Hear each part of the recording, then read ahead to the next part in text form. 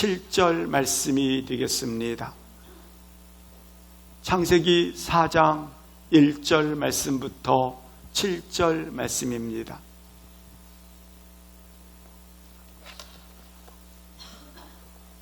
한 절씩 교독을 하시겠습니다. 아담이 그의 아내 하와와 동침하매 하와가 임신하여 가인을 낳고 이르되 내가 여호와로 말미암아 등남하였다 하니라. 그가 또 가인의 아우 아벨을 낳았는데 아벨은 양치는 자였고 가인은 농사하는 자였더라.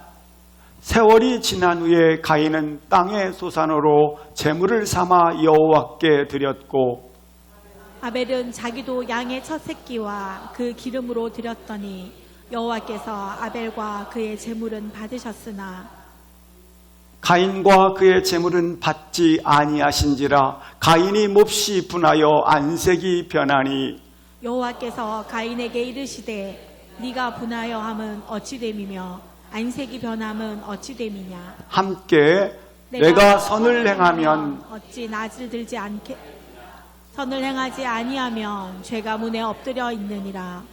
죄가 너를 원하나 너는 죄를 다스릴지니라. 아멘.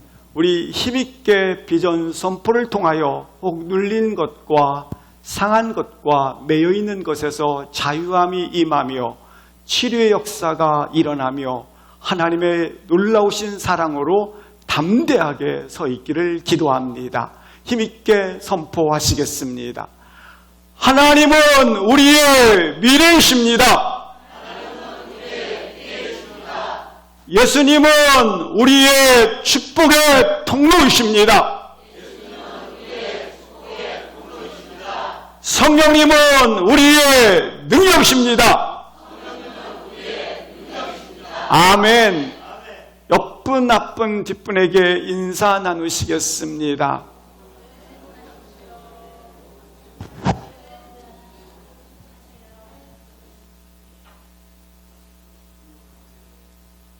아멘. 우리 모두 행복하십시오.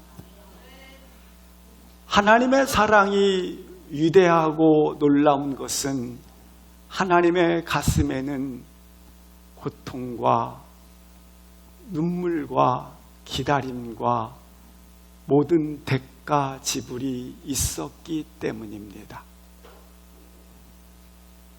참 사랑은 자신을 내어주는 사랑인 것입니다. 사랑 속에는 인내의 기다림과 고통이 담겨져 있는 것입니다. 하나님께서 아담에게 선악과를 따먹지 말라는 말씀을 하였지만 아담은 불순종을 하게 되었고 불순종의 결과 아담은 에덴 동산에서 축출을 당하였고 생명나무는 감추어지게 됩니다. 결국 에덴 동산에서 추방된 사람은 바로 이 현장, 우리가 살고 있는 이 땅에 거하게 된 것입니다. 이 땅은 참으로 비참함이 있습니다. 이 땅은 참으로 죽음의 그늘 아래에 있고 뿐만 아니라 공중 권세 잡은 악한 영들이 이 땅을 지배하게 된 것입니다. 그 결과로 사람은 두려움을 느꼈습니다. 두려운 나머지 도망자가 되었고 그리고 숨게 되었고 또한 낯을 피하여 이처럼 도망자의 아픔을 가지게 된 것입니다.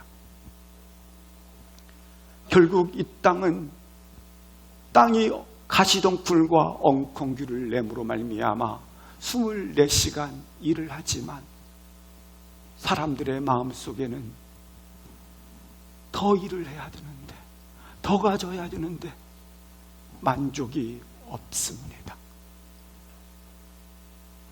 피곤하게 되었고 지치게 되었고 그리고 사람들의 마음속에는 비참함이 자리 잡게 된 것입니다. 뿐만 아니라 땅이 효력을 잃어버림으로 말미암아 결국 아무리 수고하고 수고해도 더 가져야 되는데, 더 있어야 되는데, 더 높아져야 되는데, 이처럼 욕망에 사로잡히게 되었고 그 결과로 만족을 가질 수가 없었던 것입니다. 하나님의 사람들은 사람의 딸들을 취함으로 말미암아 성욕사이가 되어져서 모든 사람이 목적이 되어야 되는데 수단으로 활용을 하는 것입니다. 그래서 비참하게 만드는 것입니다. 결국 무시하게 되고 자존심을 상하게 하고 결국 그 심령 속에 사람들은 빼앗고 빼앗기는 결국들을 맞이하게 되고 맙니다. 언어가 통하지 않습니다. 언어가 통하지 않으니까 마음에 분이 가득하게 되어지고, 분이 가득한 사람들은 차라리 죽여버릴까, 아니 죽어버릴까, 분쟁과 다툼과 미움과 의심이 이 땅에 가득하게 지배하고 만 것입니다. 이처럼 죄의 결과로 축출되어 이 땅에 사는 현실은 이처럼 비참함과 죽음의 그늘 안에 덮여 있게 된 것입니다. 로마서 8장에 있는 말씀처럼 이 땅은 결국 모든 피조물들은 썩을 죄악의 종노릇을 하게 되었습니다. 모든 자연 만물이 파괴되어지게 되었고 죄의 종노릇으로 있기 때문에 결국 부패와 죽음을 가져오기 시작한 것입니다. 이런 죄의 결과로 오늘 창세기 3장 24절에 이렇게 말씀을 하고 있습니다. 에덴 동산에서 쫓겨나게 되었고 그리고 생명나무의 길을 지키게 하시니라고 말씀을 하고 있는 것입니다. 이것은 마치 행복한 삶과 복된 삶을, 축복된 삶을 에덴 동산에서 살고 있었는데 어느 날 갑자기 죄로 말미암아 감옥에 던져지게 된 것입니다. 감옥에 던져진 죄인된 나는 벽을 향하여 손과 발에 쇠고랑을 차고 서성거리고 서 있게 된 것입니다. 근데 저 뒤편에서 에덴 동산에서 예전에 있었던 감격과 기쁨과 행복이 빛을 비추는 순간 이 기쁨과 행복이 그림자가 감옥 안에 있는 벽에 보이기 시작한 겁니다. 아, 예전에 내가 저런 기쁨과 감격과 저런 행복 속에서 살았는데 그림자를 보고 그리워하기 시작한 겁니다.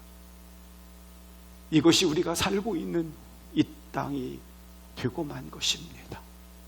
이전에는 행복과 감격과 축복을 가진 은혜로 살았다고 한다면 우리가 던져진 이 땅은 그 그림자만 보고 그리워하는 에덴 동산이 되고 말았다고 하는 것입니다. 죄에 던져져 있는 우리는 먹는 문제로 이제는 더 이상 자유함이 아니라 먹는 문제로 즐거움이 아니라 먹어야 하기 때문에 걱정으로 가득 차 있고 죽음이 왔기 때문에 무서움과 공포 속에 두려워해야 됐고 병마가 찾아오고 병마가 있기 때문에 이 일로 근심하게 되었고 행복했던 자녀와의 관계는 일평생 살아가면서 나의 마음을 찢는 고통이 자녀로부터 오기 시작했고 삶을 살아가기 위해서 생존의 싸움을 해야 되기 때문에 마치 칼바람이 부는 현장 속에 서 있지만 어디 하나 기댈 곳이 없는 현장 속에 살고 있다고 하는 것입니다. 그런 현장이 어디인가? 바로 우리가 살고 있는 이 땅이라고 하는 것입니다. 우리가 살고 있는 이 땅은 이처럼 죽음의 존재가 덮여 있고 동시에 어둠의 영들이 공중 권세를 잡고 운영하고 있는, 지배하고 있는 이 땅에 우리가 지금 거하고 있는 것입니다. 그러면서도 이 벽에 붙여 있는 그림자, 에덴 동산, 그곳에 가고 싶다. 내가 그곳에 가야 할 텐데 라는 그리움만 깊어가고 있다고 하는 것입니다. 그래서 결국 축출되어 이 땅에 오게 된 것입니다. 이 땅에 와서 첫 번째 만난 사건이 오늘 본문 4장 1절이 되겠습니다. 함께 합독하시겠습니다. 아담이 그의 아내 하와와 동침하매 하와가 임신하여 가인을 낳고 이르되 내가 여호와로 말미암아 득남하였다 하니라. 이 땅에 와서 처음으로 만난 사건이 있었는데 아담이 그의 아내와 동침하였다고 말씀을 합니다. 동침하여 이전 성경에는 해산해라고 표현되어 있고 오늘 본문에는 임신하여라고 쓰고 있습니다. 임신하였습니다. 그리고 낳았다라고 기록하고 있습니다. 하하가 낳은 후에 표현한 고백이 있습니다. 하나님이 등남케 하였도다.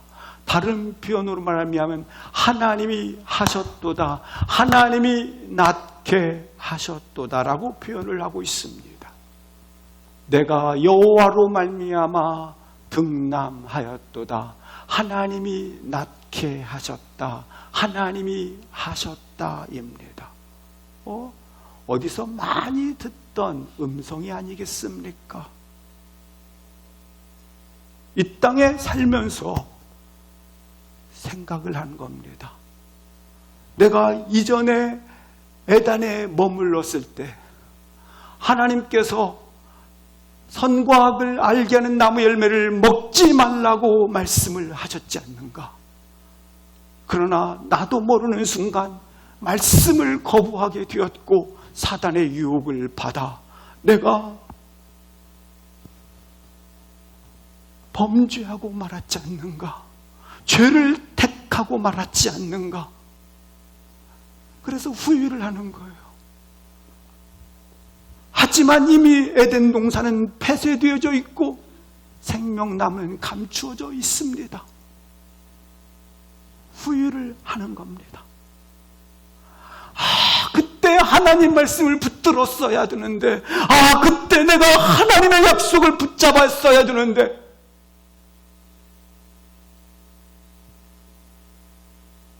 그러면서 생각을 한 겁니다. 그때 하나님이 나에게 말씀해 주셨어. 그것은 여자의 후손에서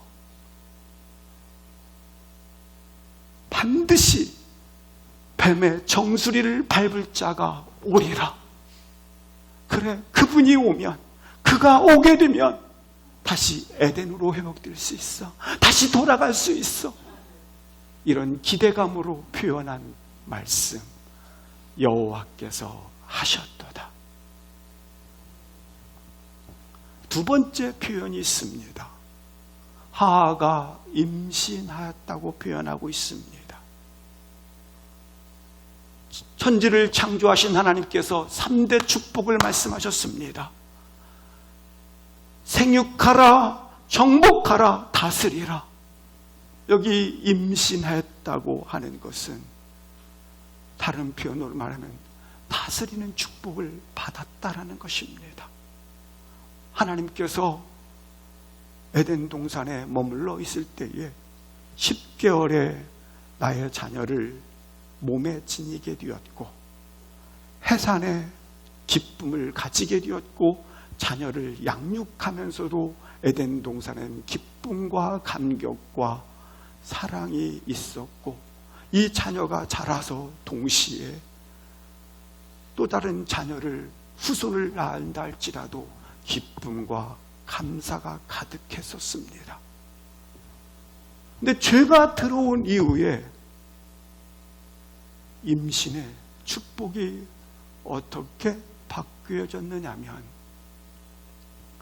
아프게도 고통이 된 겁니다.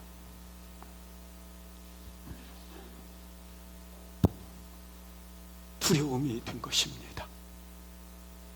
그래서 내가 다시 에덴 동산으로 돌아갈 수 있다면, 내가 그곳에 가 살 수 있다면, 이렇게 기대를 표현하는 본문이 되겠습니다. 사랑하는 성도 여러분, 다시 한번 하나님 말씀을 붙잡은 바 되어서 놓치지 마시기를 주의 이름으로 기도합니다. 동침하여 등남을 하였는데 그 이름은 가인이었고 2절에 첫 번째 형제가 탄생을 하게 됩니다. 2절을 합독하시겠습니다. 그가 또 가인의 아우 아벨을 낳았는데 아벨은 양치는 자였고 가인은 농사하는 자였더라. 첫 번째 형제가 등장을 하게 됩니다. 가인과 아벨이라는 형제가 최초로 나아진 것을 보게 됩니다. 근데 이 직업도 소개되어져 있습니다. 형은 농사는 자였고 아벨, 아우는 양치는 자였다고 직업이 소개되어져 있습니다. 어서 많이 들어본 말씀이 아니겠습니까? 그것은 하나님께서 말씀해 주셨던 것처럼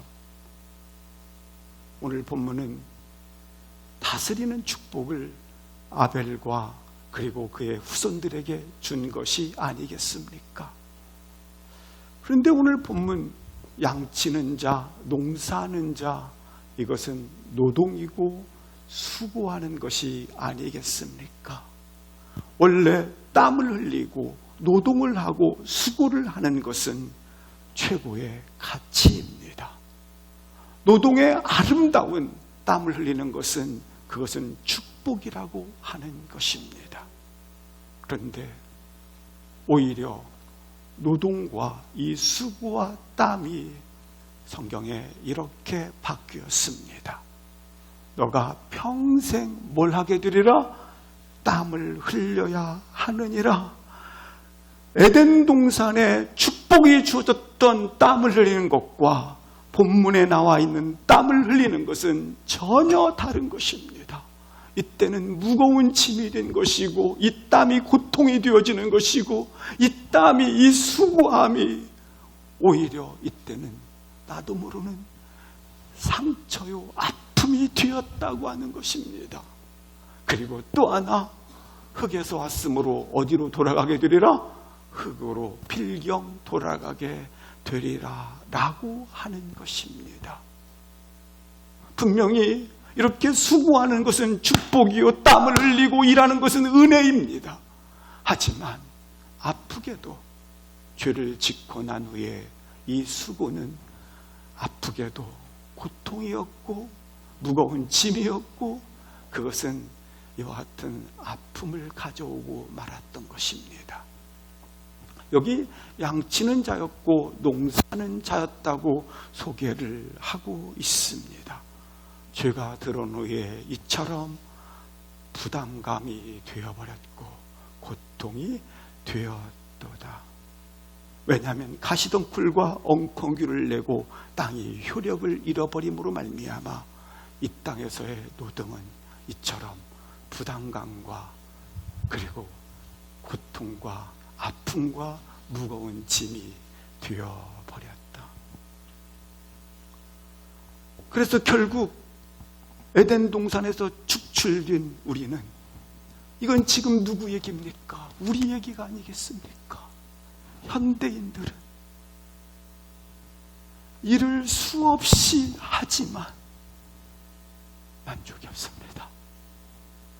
아니, 미리 앞서 걱정부터 합니다. 미리 앞서 무거운 짐 태산처럼 쌓여 있습니다. 일이 일어나기 전인데 인생은 다 미리 앞서 걱정이요, 미리 앞서 태산 같은 걱정을 쌓아놓고 지냅니다. 현대인들은 이처럼 상대적 가진 것이 없기 때문에 상대적 박탈감 때문에 쫓기며 삽니다. 보세요. 만족이 없습니다. 미리 앞서 걱정합니다. 쫓기며 삽니다. 하루 종일 일하면서도 살음팔을 걷는 것처럼 빚져 있습니다. 그래서 다 똑같아요. 나 빚진 자야. 다 빚져 있어요. 아니, 살음판을 그렇게 힘써서 살아왔는데 나는 빚진 자로 살아. 빚져 있어갖고 아우, 인생 참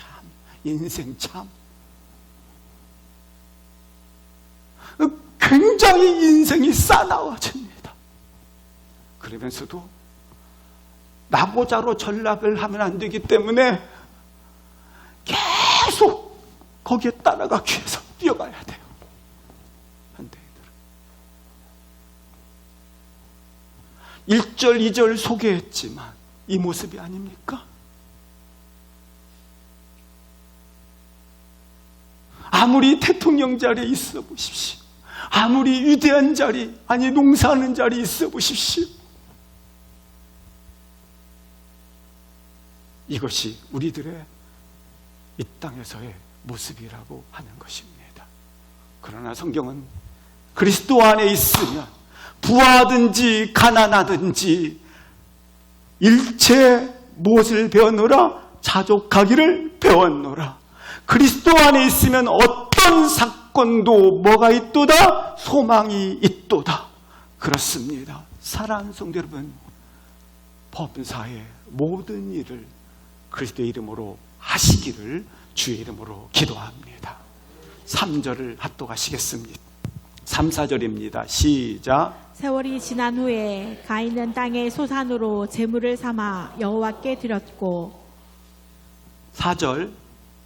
아벨은 자기도 양의 첫 새끼와 그 기름으로 드렸더니 여호와께서 아벨과 그의 제물은 받으셨으나 3절 말씀에 보시면 가인은 제물 삼아 여호와께 드렸고 4절 말씀에 보시면 아벨 또한 여호와께 그 제물을 드렸다고 기록되어져 있습니다. 여기 여호와께 드렸다라는 표현이 있습니다.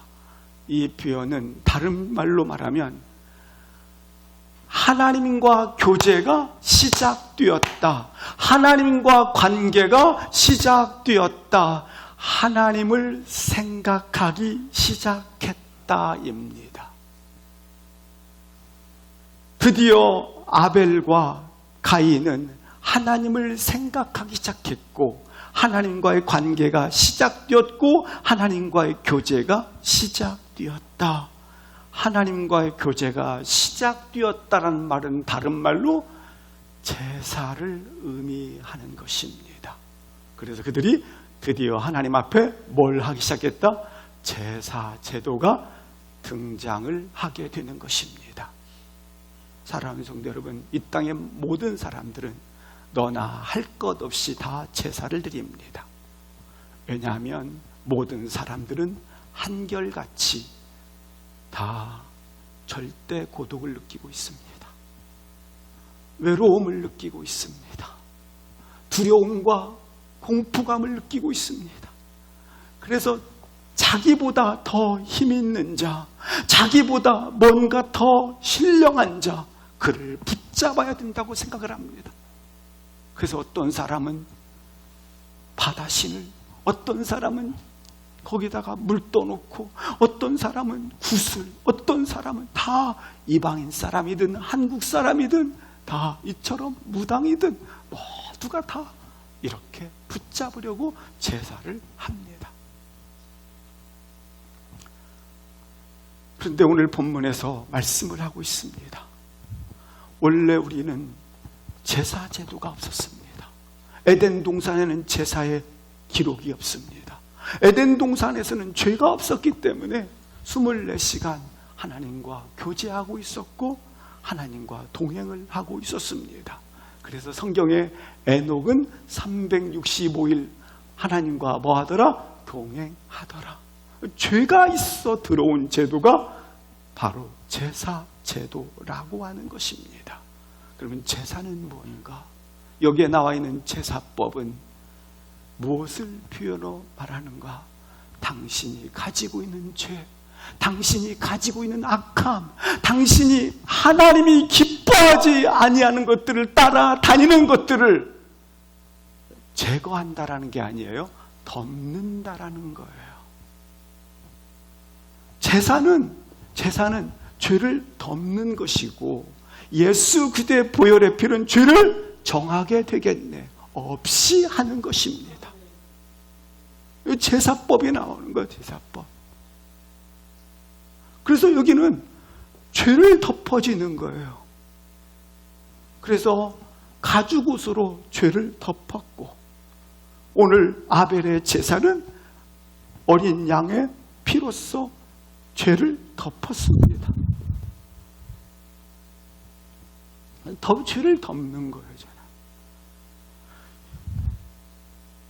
죄에 빠진 인간은 결국 하나님과의 관계에 있어서 우리는 영적 존재로 지음을 받은 것입니다. 흙으로만 지음을 받았다면 나는 하나님과의 관계에 있어서 살다가 흙으로 돌아가면 끝나지만 영적 존재로 지음을 받았기 때문에 하나님과 교제가 없으면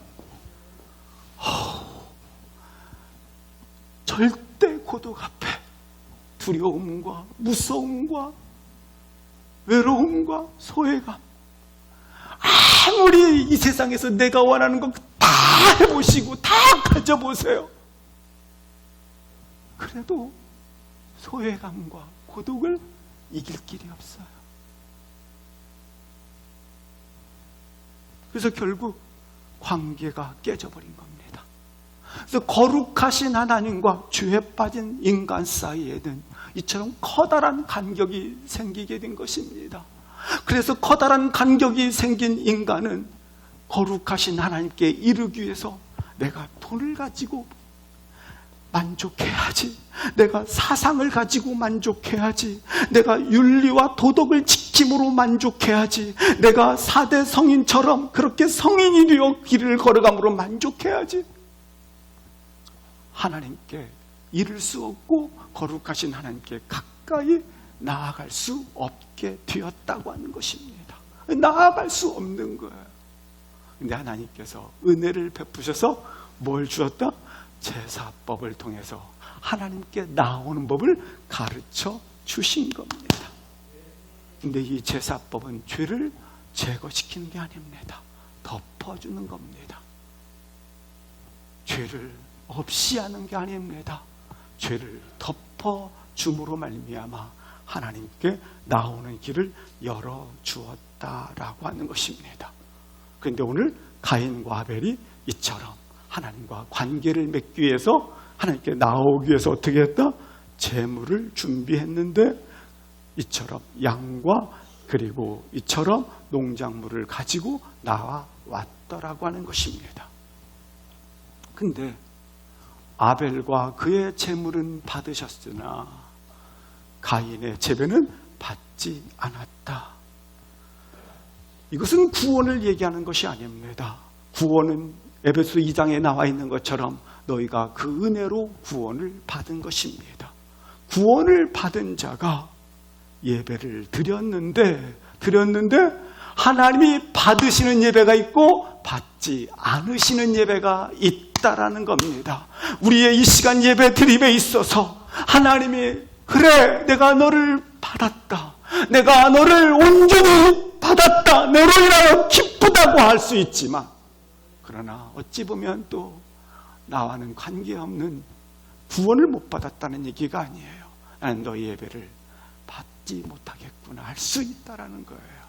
그래서 받으시는 예배와 받지 아니하시는 예배가 있다고 하는 것을 볼 수 있습니다. 근데 여기서 잘 보시기 바랍니다. 예배란 하나님과 가인, 하나님과 아벨입니다. 그래서 예배란 하나님과 가인, 하나님과 아벨인 것처럼 예배란 하나님과 나 사이의 관계입니다. 하나님과 나와의 예배인 것입니다. 예배는 하나님과 나 사이의 예배인 것입니다. 오늘 본문에 기록되어 있는 것처럼 말입니다. 최고의 가치를 지신 하나님 앞에, 최상의 가치를 지니신 아버지 앞에 내가 서 있는 거예요. 하나님은 이처럼 겉을 보는 것이 아니라 당신의 중심을 보시며 받지 않는 예배에 대해서 이렇게 이사야 말씀을 해주고 있습니다. 이사야 말씀이 되겠습니다. 1장에 보면 이렇게 말씀하고 있어요. 내 백성아 들으라. 내가 받지 않는 예배를 말하리라. 11절 보시겠습니다. 맨 중반에 보면 나는 너의 그러한 피를 받지 않는, 기뻐하지 아니하노라. 뭘 기뻐하지 않는가? 분명 여기 화려하지 않습니까? 화려한 순양, 여기 기름 배불리 먹고 숫송아지. 12절 보시겠습니다. 근데 그것들이 너의 겉은 화려할지라도, 너의 행위가 번듯하다 할지라도 오히려 받지 않는데, 왜 그런다면 내 마당만 밟을 뿐이니라. 13절 보여주시겠습니다. 가증이 여겼어요. 악을 행하는 거, 이렇게 악을 행하면서 악을 가지고 와서 하나님 이렇게 예배하는 거 내가 견디지 못하겠노라. 14절 보여주시겠습니다. 무거운 짐이라. 뭐냐면 15절 보세요. 이거 보세요. 손에 죄가 가득해요. 근데 손에 죄가 가득한데 손 씻지 않고 그냥 와서 15절 너희 손에 피가 가득해요. 16절 보시겠습니다. 내 목전에서 신을 씻지 않고 한다면 그것들이 행악이다, 행악. 17절 보시겠습니다. 너의 예배가 어떠해야 되는지, 다른 표현으로 말하면 죄가 있는 손으로 예배를 드린다면, 또한 악을 가진 채 거짓으로 예배를 드린다면 속이는 제사가 되기 때문에 무거운 짐이 되고 마당만 밟는 것이고 오히려 악한 것이니라. 마태복음 5장 22절부터 23절 24절 보시겠습니다. 그러므로 형제가 원망받을 일이 있거든 재물을 제단에 두었다가 24절 보시겠습니다. 화목한 후에 드려라. 이렇게 말씀을 하고 있습니다. 다른 표현으로 말한다면 예배라고 하는 것은 무엇인가?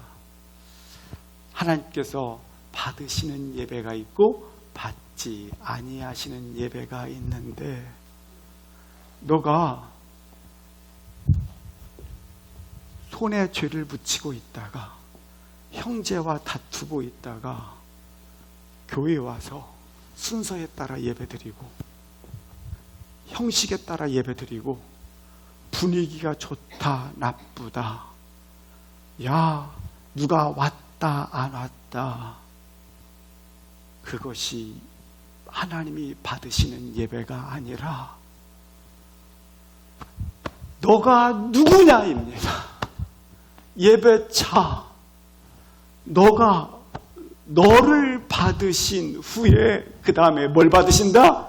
그런 예배의 형식과 예배의 순서와 이 모든 것을, 예물을 뭐하게 되느니라? 받는 것이 되는 것이다 라고 하는 것입니다. 사랑하는 성도 여러분, 그래서 참된 예배는 분노가 용서로, 그리고 마음의 아픔이 치유로, 미움이 사랑으로 나오게 되는 것입니다. 그러므로 사랑하는 성도 여러분, 예배란 무엇인가? 내가 중심이 아닙니다. 내가 은혜 받고 안 받고와 관계가 없습니다. 하나님이 감격하시고 하나님이 춤을 주시고 하나님이 너무 좋아 즐거워하시고 하나님이 감동하시도록 최선을 향하여 드리는 것입니다. 그래서 예배는 받는 것이 아닙니다. 이것 받고 저것 받고가 아니에요. 내가 나의 생각과 나의 언어와 나의 시간과 나의 은사와 나의 모든 것을 뭐하는 것이다? 드리는 것이 되는 겁니다. 예배는 받는 것이 아니에요. 그렇다면 월요일부터 토요일까지는 어찌 보면 하나님께서 인도하시고 붙들어 주시고 도와주시고 하나님이 잘 되도록 축복을 해주셨다면 주일날은 이 축복을 하신 하나님 앞에 내가 엎드려 하나님 앞에 드리는 거예요. 그리고 나서 복을 주는 것은 그걸 감복이라고 표현합니다. 그 다음에 이야기가 되는 것입니다. 사랑하는 성도 여러분, 예배는 받는 것이 아니라 드리는 것입니다. 나의 입술의 언어와 나의 생각의 선택과 그리고 나의 은사의 헌신과 나의 물질과 나의 건강, 젊음, 이 모든 것을 아버지 앞에 드릴 수 있기를 주의 이름으로 기도합니다. 히브리서 11장 4절 말씀에 보면 아벨의 예배가 왜 이렇게 이쁜지 두 가지로 표현했습니다. 믿음으로 아벨은 가인보다 더 나은 예배를 드렸다라고 말씀하고 있습니다. 그래서 믿음 없이는 하나님을 기쁘시게 할 수 없는 것입니다. 하나님이 받으시는 예배는 어떤 예배냐? 믿음으로 드려져야 하는 것입니다. 하나님이 믿음으로 드려지는 예배를 기뻐하십니다. 본문을 잘 보시기 바랍니다. 믿음으로 드렸더니, 참 예배로 드렸더니 이란 말이에요. 참 예배로 드렸더니, 놀랍게 참된 예배로 드려질 때 누구를 만났도다? 하나님을 만났도다. 그러자 여기 증거 있잖아요. 하나님의 능력이 내게 뭐했도다? 입혀졌도다. 예배를 통해서 하나님을 만나는 축복이 있기를 주의 이름으로 기도합니다. 이것보다 더 큰 감격과 기쁨이 어디 있겠습니까? 예배 없이 하나님과 만나는 경험이 없으면 답답한 겁니다. 인생 자체도 답답하고 하나님을 만나는 경험이 없으면 사는 것들이 다 실상은 죽어 있는 것입니다. 모세가 시내산에서 40일 동안 하나님을 경험하고 내려올 때에 백성들이 그 얼굴을 볼 수 없어서 얼굴을 가렸다고 말씀을 하고 있습니다. 다른 말로 말하면 하나님을 만나는 경험이 있을 때 다시 한번 우리 가운데 영과 육의 변화의 능력을 가진다고 하는 것입니다. 따라서 예배에 참석하실 때마다 예배 분위기, 예배 순서, 예배 형식, 물론 중요한 부분이 있지만 이거 보지 마시고 오늘 다시 한번 믿음으로 하나님을 보실 수 있기를 주의 이름으로 기도합니다. 성령의 이끄심을 보실 수 있기를 바랍니다. 너희가 예배할 때에 두 가지를 가지고 오랍니다. 첫 번째 요한복음 4장 23절과 24절 말씀에 보면 신령과 진정, 여기 영이라고 말씀하고 있지 않습니까? 따라서 예배를 드리는 동안에는 하나님이여 성령이 이끄심 따라서 나를 내려놓으십시오. 성령이 말씀하시는 대로 따라서, 그래서 성령이 이끄시는 나의 생각도 나의 모든 것들을 내려놓고 성령님 운행해 주십시오. 진리로, 진리는 주 예수 그리스도의 말씀에 따라서 말씀에 따라서 적극적인 태도를 취하는 거예요. 주님 아멘입니다. 주님 역사합니다. 주님 충만합니다. 주님 말씀하시면 순종하겠습니다. 말씀에 이렇게 적극적인 반응을 빠지게 되는 것입니다. 많은 분들이 순서와 사람 보고 분위기 보고 교회를 다니는 경우가 있습니다. 그러나 하나님을 보실 수 있어야 되고 성령이 이끄심을 느낄 수 있어야 하는 것을 볼 수 있습니다. 두 번째 한번 히브리서 11장 4절 보십시오. 믿음으로 온전한 예배를 드렸더니 하나님이 뭐라고 증거했다? 너는 무슨 자다? 의로운. 그러니까 보세요. 관계가 회복된 자라는 거예요. 참된 예배를 드렸더니 하나님이 뭐라고 증거를 주셨어요? 너는 무슨 자라? 의로운 자녀라. 그래요. 너는 의로운 자녀라는 증거를 주시는 것을 볼 수 있습니다. 다른 말로 말하면 죄가 감추어졌다라는 것입니다. 아담과 하와가 죄를 짓고 나서 죄를 가리기 위하여 무화과 나뭇잎을 엮어 만들었지만 하나님께서는 그 죄를 감춰주기 위해서 벗기시고 가죽옷을 입혀주셨습니다. 죄를 가리워 주신 겁니다. 아벨에게 양의 피의 제사를 통해서 죄를 가리워 주셨습니다.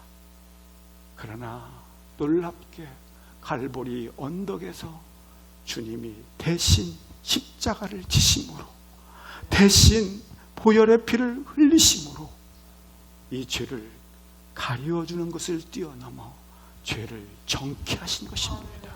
죄를 없이 하신 것입니다. 그래서 나의 죄가 정하게 되었네. 흰 눈보다 깨끗하게 되었네. 물론 이 아벨 때, 아담과 하와 때는 가죽옷으로 죄가 가리워지고, 그리고 이 당시에는 아벨 때는 죄가 가리워지고, 그리고 광야길을 지나갈 때에 양과 소와 번제물을 통해서 죄가 잠시 가려지는 경우가 있었어요. 그러나 이것들이 죄가 가려질 때도 희미한 거예요. 내 죄가 가려졌나 안 가려졌나? 근데 갈보리 언덕에 주님의 보혈의 피는 단번에 영원히 나의 죄가 그림자가 아니에요. 희미한 게 아니에요. 어떻게 되나? 사라짐이 분명해졌고 확실해졌고 놀랍게 이것은 변치 않게 되었도다. 이렇게 이루어졌다라는 거예요. 5절 말씀을 합독하시겠습니다. 시작. 가인과 그의 재물은 받지 아니하신지라 가인이 몹시 분하여 안색이 변하니. 여기 받는 것과 받지 않는 재물이 받는 것이 예배가 있지 않습니까? 근데 보니까 5절에 재물을 받지 아니하신지라, 다른 말로 말하면 거절감입니다. 인간에 있어 가장 큰 상처 중에 하나가 있다면 거절감입니다. 그런데 이 땅은 다 거절감으로 가득 차 있습니다. 남편과 아내 사이에 거절감으로 차 있고, 자녀와 부모 사이에, 선생님과 학생 사이에, 친구와 친구 사이에, 그리고 이처럼 형제와 형제 사이에 거절로 가득 차 있습니다. 우리도 지내면서 보지만 나도 모르는 순간 거절로 벽을 딱 치고 있습니다. 주 안에 있기 때문에 승리자가 되었음에도 불구하고 우리 인생사 이렇게 다 거절감의 상처로 벽을 치고 있습니다. 근데 이 거절감은 어디서 오는가? 거절감은 어디서 오는가? 예배를 받지 아니했기 때문에 온 겁니다. 다른 말로 표현한다면, 거절감은 도덕이 선하지 않아서 그래, 윤리가 깨끗하지 않아서 그래, 뭘 해주지 않아서 그래, 이것 때문에 거절감이 오는 게 아니고요. 거절감은 어디서 왔다? 하나님과의 관계 회복인 예배가 받아지지 않았기 때문에 오는 겁니다. 거꾸로 예배를 하나님이 받으시면 거절감이 치유됩니까? 치유됩니까? 그래서 다른 편으로 예수 앞에 나오면 당신의 거절감도 치유된다는 거예요. 우리는 어떤 아이는 태중에 자랄 때부터 아빠가 그 자식 끊어 거절당했어요. 아이는 이 태중에서부터 나는 버림받은 자야. 태중에서부터 나는 누구도 환영하지 않아. 나는 누구도 환영하지 않아. 그렇게 소리를 쳐요. 썩을 놈의 자식을. 아이가 그러는 순간 태중에서부터 나는 누구도 환영해 주지 않아. 밖에 나가면 안 되는데 큰일 났네. 자라면서 이렇게 거절감으로 덮여 있어요. 근데 그 거절감은 뭐 때문에 오는가? 당신이 참된 예배를 드리지 않았기 때문에. 거꾸로 참된 예배, 예수 앞에 오면 어렸을 때 태중에 있는 그때부터 모든 상처가 치유된다라는 거예요. 가인은 알았어요. 나의 재물은, 하나님이 나의 예배는 받지 않았구나. 그러면 어떻게 될까요? 안색이 변한다, 안 변한다? 안색이 변하게 되어 있어요. 많은 분들은 얼굴을 화장으로 변색을 해보려고, 변형을 주려고 노력을 해요. 아무리 얼굴을, 그리고 멋진 말을 하지만 얼굴은 변한다, 안 변한다? 안색이 변한다. 다른 말로 안색이 변한 거 절대 안 바뀌어요. 뭐가 바뀌어야 안색이 바뀌어요? 마음이 바뀌어요. 그래요.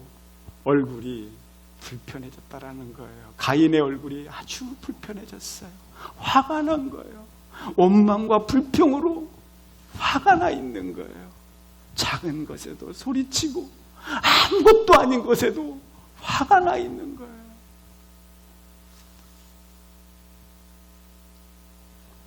사랑하는 성도 여러분, 예수 앞에 나오면 그분은 절대로 거절하지 않습니다. 사람은 그렇게 거절하지만 주 앞에 나오면 힘드십니까? 어찌할 바 모르시겠습니까? 두렵습니까? 아니, 눈물을 흘리고 계십니까? 어떻게 해야 될지 불안해하십니까? 하나님은,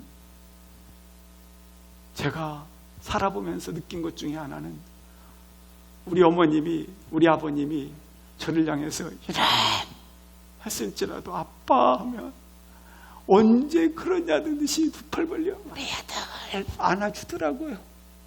하물며 아버지께서 안아주지 않으시겠습니까? 더 좋은 것으로 채우시고 만져주시는 줄 믿습니다. 거절당한 사람 마음속에는, 보십시오, 거절당해서 얼굴이 화가 난 사람 중에는 반드시 뭐가 분해져 있다? 마음이 분해져 있어요. 마음이 심히 불편한 거예요. 화가 나 있어요. 그래서 안색이 변한 사람들의 마음을 보면, 너 두고 봐라. 너 두고 봐. 우리 일생을 살아가는 동안 안색이 변하지 않기를 주의 이름으로 축복합니다. 변했으니까. 그래요. 성령이 임하면 나도 모르게 눈물이 나요. 눈물이 나면 안색이 이상하게 평화롭고, 안색이 빛을 발하고, 눈물을 흘리면 그렇게 이쁠 수가 없어요. 그러나 아담은 거절을 당하자 마음에 분이 가득하게 되었고, 분노가 생기자 안색이 변하고, 다음 주에 할 내용, 안색이 변하자 살인을 하지 않겠습니까? 참된 예배를 드려야 합니다. 보혈의 예배, 성령의 이끄시는 예배, 용서의 예배, 회복의 예배, 감사의 예배, 십자가 보혈의 예배, 그 예배를 연락하시게 됩니다. 6절 7절 마지막으로 합독을 하시겠습니다. 6절 7절입니다. 시작. 여호와께서 가인에게 이르시되 내가 분하여함은 어찌 됨이며 안색이 변함은 어찌 됨이냐. 내가 선을 행하면 어찌 낯을 들지 못하겠느냐. 선을 행하지 아니하면 죄가 문에 엎드려 있느니라. 죄가 너를 원하나 너는 죄를 다스릴지니라. 7절 말씀에 보면 죄가 문에 엎드려졌다, 가인의 예배를 받지 않은 사실에 대해서 분명하게 말씀을 하고 있습니다. 지금까지 설교라든지 모든 부분에서 두 가지 부분을 들어서 가인 예배를 받지 않은 것에서 말씀을 해주셨습니다. 첫 번째는 재물의 문제이다. 그러므로 빌려서라도 피해 제사를 드려야 됐는데, 그러나 번제와 소제는 피 없는 제사였을지라도 하나님이 받으셨기 때문에 맞으면서도 어떻든 힘든 부분이 있습니다. 두 번째, 정성의 문제가 있는데 본문에 보면 가인도 아벨도 똑같이 정성을 들인 것은 맞습니다. 따라서 두 가지를 그동안 들어서 가인 예배를 받지 않았다고 했는데, 그러나 그것은 여러 가지 문제점을 또한 안고 있기 때문에, 그러나 성경이 분명하게 가인의 예배를 받지 않는 것 한 가지를 밝혀주고 있습니다. 죄가 문에 엎드러져 있느니라. 이 본문을 해석한 것이 요한일서 3장 12절 말씀입니다. 한번 같이 읽겠습니다. 시작. 가인이 같이 하지 말라. 그는 악한 자에게 속하여 그 아우를 죽였으니 어떤 이유로 죽였느냐. 자기의 행위는 악하고 그의 아우의 행위는 의로움이라. 가인이 어디에 속해 있었다고요? 악한 자에 속해 있었다. 다른 표현으로 말하면 가인이 죄의 소원을 늘 품고 있었다. 죄의 충돌이 일어날 때마다 죄에 이끌렸다. 다른 표현으로 말하면 습관적으로 죄의 종이 되어 다녔다라는 것입니다. 그리고 죄에 이끌려 다녀다가 와서 예배를 드렸다. 그 예배를 하나님이 받지 않으셨다. 이렇게 밝혀주고 있습니다. 죄를 벗삼아서 살았다. 그렇습니다. 가인 또한 예배 순서에 따라 정성껏 재물을 가지고 드렸지만 그 예배를 받지 않으셨습니다. 중요한 것은 예배자입니다. 당신이 누구이냐, 그리고 그 정성 안에서 드려지는 예배, 그 예배를 하나님이 기뻐하셨다. 사랑하는 성도 여러분, 오늘 다시 한번 안색이 변하지 않는 그러한 성령 충만한 인생의 길을 걸어가시기를 주의 이름으로 기도합니다. 우리는 이미 심판과 저주가 끝나버렸습니다.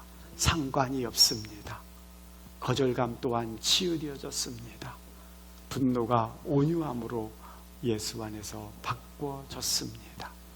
사람을 기쁘게 하는 예배가 아니라 하나님께 집중되어지는 아름다운 예배자로 보혈의 예배, 생명의 예배, 말씀의 예배, 또한 주 보혈의 예배가 우리 가운데 흘러 넘치기를 주의 이름으로 기도합니다. 함께 기도하시겠습니다.